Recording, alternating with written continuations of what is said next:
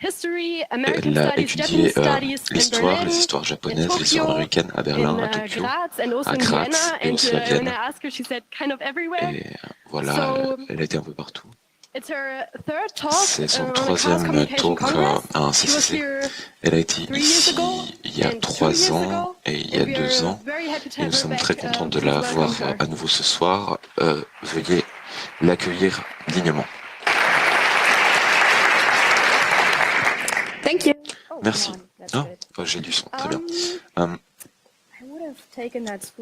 J'aurais bien pris ce tournevis, mais bon, tant pis. Merci beaucoup d'être tous ici. Et j'espère que vous vous amusez bien. C'est le 3e jour et je m'amuse bien. C'est un très bon congrès. Cette année, malheureusement, ça a été difficile pour certains de venir. Ça a été un cauchemar d'acheter les tickets en ligne.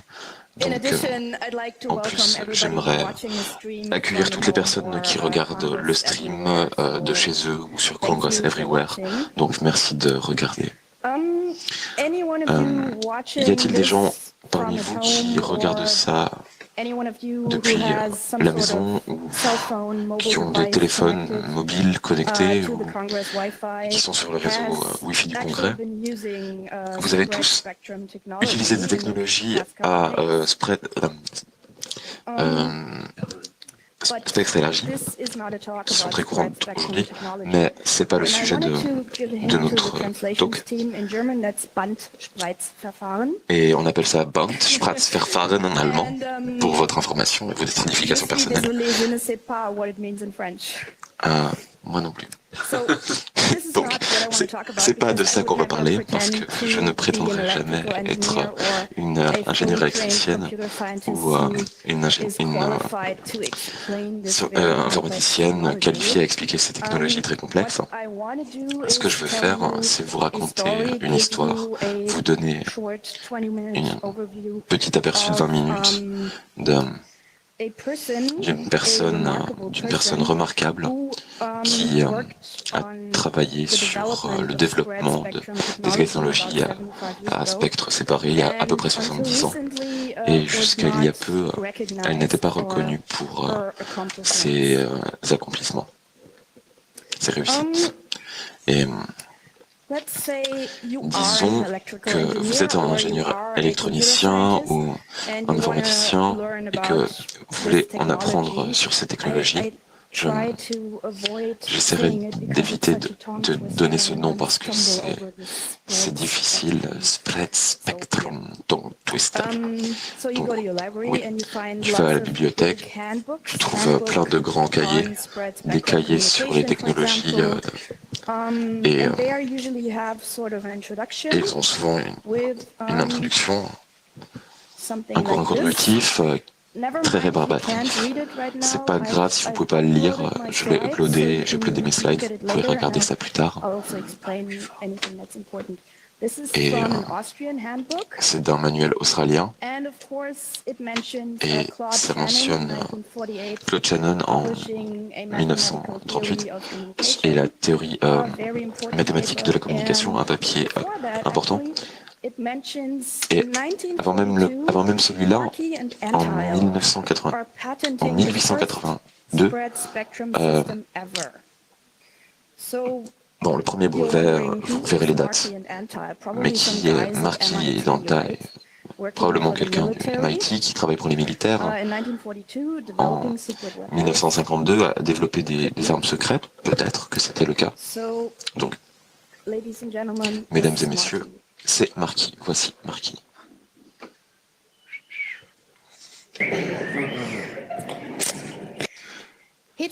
Donc, Hedwig Kiesler, née à Vienne en 1914, c'était un enfant, une belle enfant. À 16 ans, elle a décidé d'abandonner l'école pour devenir actrice. Elle a commencé à traîner au Sacha Film Studio de Vienne et elle a aussi travaillé avec Max Reinhardt. Elle a joué dans Le sexe faible. Elle a eu un petit rôle dans Sissi. Elle a joué en face de Heinz Rühmann. Et c'est Max Reinhardt qui, en promouvant pour promouvoir sa pièce, a dit que c'était la femme la plus belle du monde, et la presse s'est emparée de cette formule très vite. Et ensuite, à l'âge de 18 ans, elle a fait quelque chose de très osé. Elle a été la star d'un film tchèque qui s'appelle Ecstasy. Donc, s'il vous plaît, allez le regarder sur YouTube. Il y avait de la nudité complète frontale. Et c'est elle qui a simulé le premier orgasme à l'écran. Le film a été interdit, le pape l'a dénoncé, et Eddie est devenu célèbre.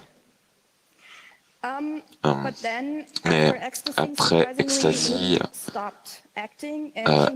par surprise, elle a arrêté, enfin, d'une manière surprenante, elle a arrêté, elle a quitté la scène, elle a épousé ce type, qui était la troisième femme du troisième homme le plus riche d'Autriche. Il a été le propriétaire de l'usine d'armes Hiltonberger. C'était un austro-fasciste qui a donné des armes aux fascistes espagnols, à Mussolini, à la Hamwe australienne, une milice d'extrême droite. Et sa jolie jeune fille trophée, elle était censée être là à des fêtes, à des réunions, à des réunions de vendeurs d'armes, de politiciens, etc. Juste être là et être belle. Mais elle les écoutait quand même parler sur les développements, sur les bombes planantes de la guerre qu'on testait. Donc elle a écouté, et elle a remarqué. Après quelques années, pour certaines raisons, je pense que Mandel la contrôlait trop, était un peu jaloux. Pour une raison ou une autre, elle l'a quitté. Et elle s'est servie de sa célébrité d'Ecstasy pour aller à l'Ouest. Et elle a contracté avec MGM en 1929. Son premier film était Alger aux États-Unis. Et ce film a établi sa célébrité et son nouveau look, sa coupe de cheveux et ce visage non souriant, très distinctif. Ils ont aussi dit qu'elle était la plus belle femme au monde. Les critiques disent souvent que c'était une piètre actrice, mais elle est tellement belle, donc qu'est-ce qu'on en a à faire? En fait, elle n'était pas juste belle, elle était aussi fatiguée, lasse de faire des films où voilà, il n'y a que 2 semaines sur un an où on tourne et le reste du temps, il n'y a pas de Netflix. Elle n'aimait pas tellement faire la fête, elle lisait, elle peignait, elle inventait des petits gadgets chez elle. Et elle s'est beaucoup inquiétée à cette époque. Elle s'inquiétait des guerres en Europe. C'était elle-même une immigrante, après tout. Elle avait des amis, de la famille, toujours en Europe. Et ouais. Bon, c'est des images, hein, avec Clark Gable, Jimmy Stewart. Et elle a ensuite été Delilah dans 500 et Delilah en Technicolor. Voilà. Quoi qu'il en soit, elle s'inquiétait. Et c'est un tweet assez drôle que j'ai trouvé. Quand on en a fini à 300% avec les photoshoots de l'amour, et qu'on est en train de découvrir des nouvelles fréquences radio pour les torpilles. Donc, souvenez-vous, elle était au courant des bombes radiocommandées allemandes. Elle savait que l'Allemagne utilisait 18 fréquences différentes pour ces bombes planantes et dispatchait 18 bombes en même temps pour que l'ennemi doive jammer les 18 fréquences à la fois, sinon il y a une bombe qui passerait. Et donc surtout en 1940, quand l'Allemagne a commencé à faire couler des sous-marins anglais en septembre 1940, 77 enfants en cours d'évacuation pour le Canada sont morts. Elle a offert sa connaissance sur les armes à la marine américaine. Elle a pensé à faire ça parce qu'elle avait une idée dans la tête. Ces bombes planantes allemandes, elles étaient radiocontrôlées, mais pas les torpilles. Alors, pourquoi pas les torpilles aussi? Comme ça, on augmenterait leur efficacité de frappe. Sa deuxième idée, c'était d'utiliser juste des radios très très courts, d'une fraction de seconde, entre le bateau, la torpille et l'avion qui survole, qui soit entouré d'intervalles plus longs de silence radio. Et donc, son idée fut de changer la fréquence du signal d'un petite seconde pour le rendre plus difficile à intercepter et de brouiller. Ok, utilisons plein de fréquences et sautons. Et on appelle ça le frequency hopping. C'est elle qui l'a nommé comme ça. La question, bien sûr, c'est comment est-ce qu'on fait ça? Et c'est là que ce deuxième nom dans le brevet arrive, c'est George Antile du New Jersey. Dans les années 1920, il a emménagé à Berlin, puis à Paris, et il est devenu célèbre comme compositeur d'avant-garde et pianiste. Voici une autre photo. Sa composition la plus connue, c'est le ballet mécanique, en 1924, où il a essayé de synchroniser 16 pianos mécaniques, et il a aussi utilisé des hélices d'avion et des sirènes. On peut aussi le regarder sur Internet, l'écouter, c'est assez fou. Ça a été fait pour une film. Donc, il s'y connaissait en synchronisation d'éléments mécaniques quand il a rencontré Eddie à une de ses fêtes à Hollywood. Et ils ont commencé à travailler ensemble sur ces systèmes de communication secrets qu'ils ont proposés au Conseil national des inventeurs en 1941. Donc, voilà. Il y a la grande, c'est Heidi. À droite, c'est George. Et la femme dans la robe droite, c'est la femme de George. Donc, leur méthode, leur système secret de communication suggérait l'emploi de 88 fréquences parce qu'il y a 88 touches sur un piano, c'est une petite private joke, et de sauter de l'une à l'autre en synchronisant le transmetteur et le récepteur. Et en plus, utiliser des signaux aléatoires de 3 fréquences supplémentaires pour juste faire du bruit. Voilà, on a 88 fréquences et on saute sur certaines. On envoie un signal par ici, un signal par là. Ensuite, on envoie des signaux au hasard qui veulent rien dire. Et si l'ennemi arrive à intercepter une de ces fréquences, ça aurait juste la gueule d'un blip. Et voilà, on pourrait rien en tirer.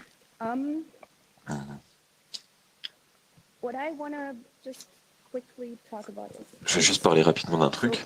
C'est ce qu'ils ont pensé qui pourrait se passer. Donc là, on a un navire américain ici qui envoie une torpille qui, en général, partirait ici.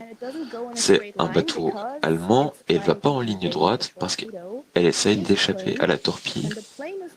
Et il y a un avion qui regarde et qui envoie des messages au bateau comme quoi la torpille doit changer son cap, et le bateau envoie des messages à la torpille: va à gauche, va à droite, va à gauche, va à droite, va tout droit. Pour la synchronisation entre l'émetteur et le récepteur, ils ont suggéré l'emploi de ces rubans de papier avec des perforations, tout comme dans ces pianos mécaniques que Antile utilisait de manière assez récurrente à une époque. Voici un carnet de notes qu'ils ont utilisé pour le mécanisme qui était censé rendre l'émetteur et le récepteur synchronisés. Le New York Times en a eu vent, et comme ils disent, le Conseil national des inventeurs a en fait été très très positifs. Ils ont aimé l'idée et ont suggéré qu'ils brevettent ceci.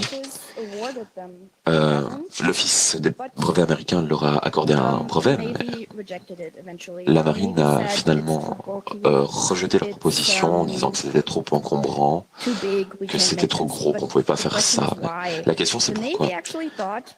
La marine a pensé en fait, parce qu'ils ont dit qu'ils voulaient utiliser ces rubans de papier tout comme dans un piano, mais on ne peut pas mettre un piano dans une torpille, vous êtes fous, ça va pas marcher.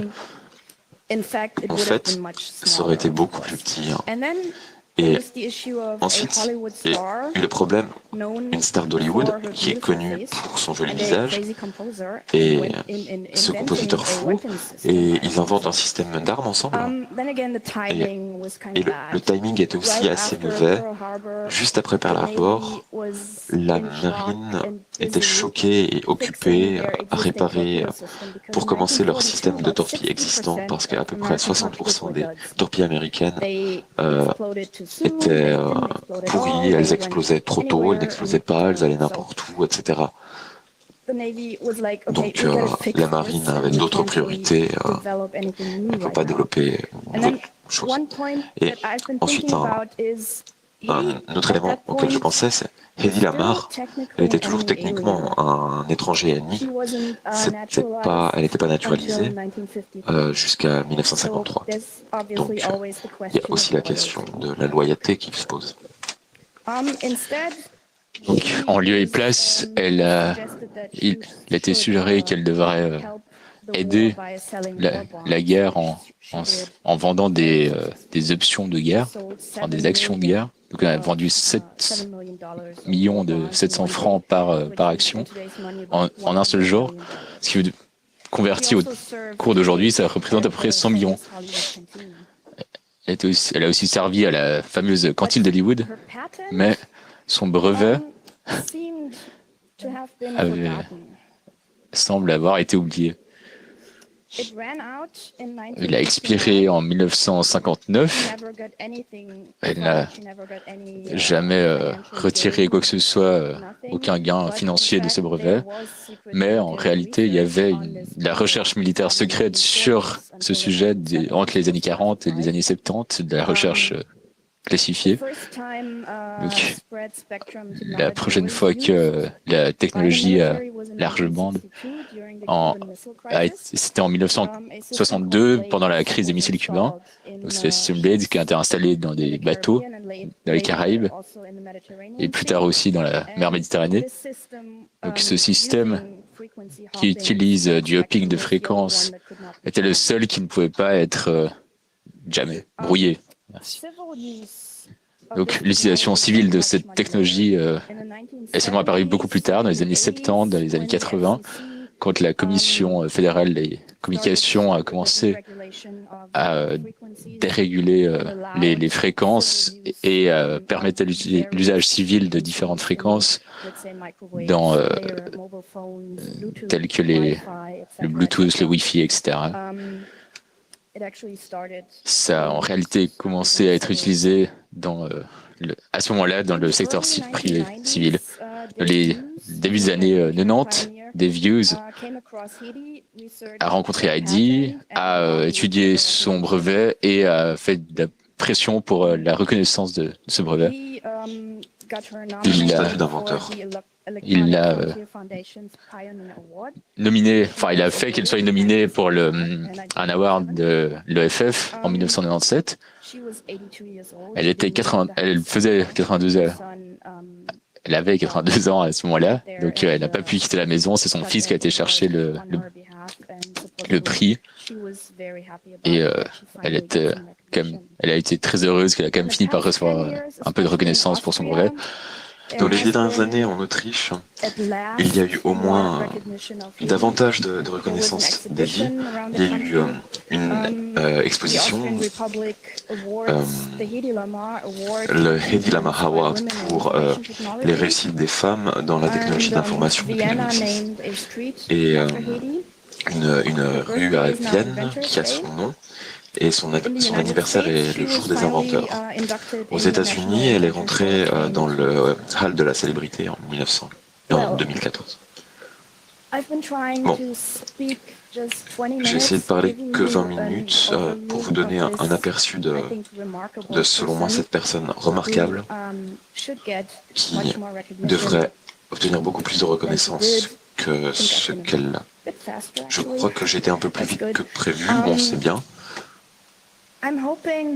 J'espère que j'ai peut-être été possible d'inspirer, d'inciter un intérêt en cette personne et d'inspirer quelqu'un à lire des articles sur elle ou de regarder ses films. Malheureusement, elle a été presque oubliée et sa carrière a été grande et très courte à la fois. Et ensuite, elle a survécu pendant des décennies, oubliée de tous, ses inventions également oubliées. Et donc j'espère que peut-être que vous aimeriez regarder les sources, regarder les films. Vous pouvez me contacter. J'ai des bouquins vraiment très bons que j'ai lus sur elle, que je vous recommanderais volontiers. Et ça serait bien. Ça me rendrait très heureuse parce que faire des recherches sur Heidi, ça a été amusant. Ça a été, on développe comme une relation avec une personne comme ça, et je l'aime beaucoup. Elle était considérée difficile à vivre en tant que femme, en tant qu'actrice, mais je pense qu'elle était considérée différente parce qu'elle faisait des choses que n'importe quel homme aurait pu faire. Oui, c'est un homme fort, il sait ce qu'il veut, et voilà, elle fait ce qu'elle veut. Elle faisait toujours ça comme ça. Elle arrivait toute seule en Amérique. Et elle a fait son chemin. Elle était, on peut dire que c'était un peu un réfugié. Elle est arrivée avec un contrat, mais elle ne pouvait pas rentrer chez elle. Donc voilà, il y avait la guerre. Ça lui a toujours beaucoup manqué.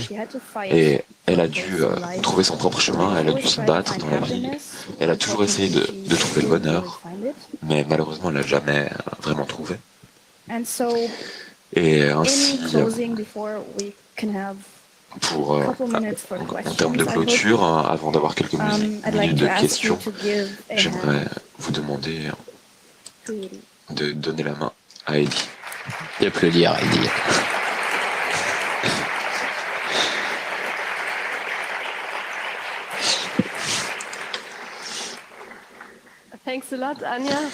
Merci beaucoup Anya pour ce bon talk. On a encore quelques minutes pour les questions et les réponses. Donc, si vous avez des questions, si vous avez quelque chose que vous aimeriez savoir, s'il vous plaît, approchez-vous des micros. Il y a quelque chose qui se passe en ligne, je crois. Ok, merci. L'IRC voudrait savoir, est-ce qu'il y a des histoires compatibles où des personnes non techniques ont contribué à des technologies? Ah, d'autres Heidi. Je suis assez sûr qu'il y en a. Donc, j'arrive pas à me souvenir d'un nom comme ça, mais peut-être que quelqu'un se souvient. Parce qu'il y a tellement de personnes, notamment des femmes, qui ont été complètement sous-estimées pour ce qu'ils ont fait. Mais là, je ne peux pas vous donner un exemple droit maintenant, surtout quand il s'agit de femmes, parce que c'est malheureusement encore toujours tellement dur pour les femmes d'avoir une certaine reconnaissance dans un domaine technologique, comme les hommes l'auraient. Il y a toujours... par exemple, surtout quand vous êtes aussi belle, personne ne croit qu'il y a quelque chose derrière ce beau visage. Si quelqu'un a un exemple, ce serait super. Je suis sûr qu'il y a beaucoup de gens qui sont dans le cas de Heidi. Je crois qu'une personne sur le micro 2 remue la tête, mais vous avez une question?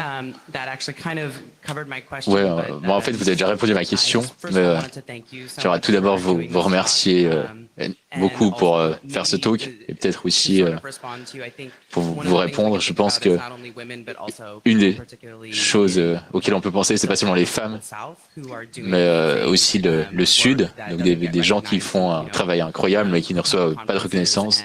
Donc nous venons aux conférences, mais souvent il n'y a pas beaucoup de communication entre les développeurs et ces endroits, ces pays. Donc c'est très probable que la prochaine Heidi Lamar vient peut-être du sud. Bon, cela dit, j'ai deux questions. Un, qu'est-ce qu'on peut faire pour éviter ceci? Comment est-ce qu'on peut penser en dehors des modèles classiques? Comment est-ce qu'on peut casser le moule? Parce que c'est ce qui s'est passé.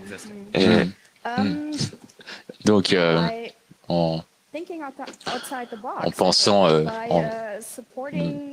out of the box, donc par exemple en encourageant les filles déjà à un jeune âge, donc pas juste regarder les stéréotypes de genre.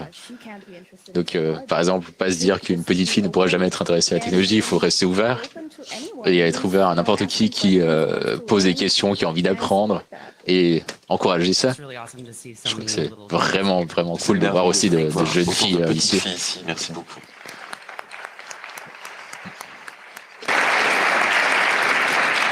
On a encore une question en ligne. Merci. Est-ce que vous pouvez un peu élaborer plus son background éducationnel? Est-ce qu'il y avait d'autres choses que l'école obligatoire? Oui. Bon, vous savez, elle est née en 1914. Typiquement, une fille de son statut social. Elle était d'une famille loin d'être dans le besoin. Son père était banquier. Donc, en principe, une fille comme ça, elle est à une école pour filles. C'est ce qu'elle a fait. Mais autant que j'en sache de mes lectures, son père l'a en fait soutenu, a soutenu son éducation. Il lui a beaucoup appris. Il l'a amené en randonnée. Il lui a dit comment des appareils techniques fonctionnaient. Enfin, voilà, il a beaucoup investi dans son éducation. Mais c'était une éducation classique, formelle, de ses standards et de son âge. Et à 16 ans, elle était dans une école de fin en Suisse et elle a fugué parce qu'elle voulait devenir actrice. Donc je pense que c'était pas quelque chose qui l'intéressait dans cette école-là. Les femmes, on leur apprenait à être une bonne femme. On va savoir juste assez pour ne pas être ennuyeuse pour votre futur mari. C'était le but de l'éducation des filles. Encore une autre question sur le microphone 1. Bonjour. J'aimerais vous remercier pour ce talk également, ainsi que pour l'intervention sur le microphone 2. J'aimerais savoir qu'est-ce qui vous a mené à rechercher la vie de Ellie et comment vous êtes tombé sur cette personnalité, parce que vous l'a dit vous-même, c'est difficile, elles ne sont pas reconnues. Comment vous l'avez trouvée? Donc, comment est-ce que j'ai trouvé Heidi? Je l'ai trouvé l'année passée. Je n'avais jamais entendu parler. Je l'ai jamais vu aucun de ses films. Quelqu'un sur Twitter que je suis a posté un lien sur elle, donc qui pointait sur un article en ligne et qui parlait de ses inventions. J'ai lu ça, je me suis dit waouh, c'est intéressant. Qui c'est que ça? Puis à ce moment-là, j'ai commencé à la googler. Et puis à la fin, j'ai commencé à acheter tous ses livres et lire et regarder ses films. Et je suis vraiment heureuse parce que, comme j'ai dit, je l'aime beaucoup. Donc oui, Twitter.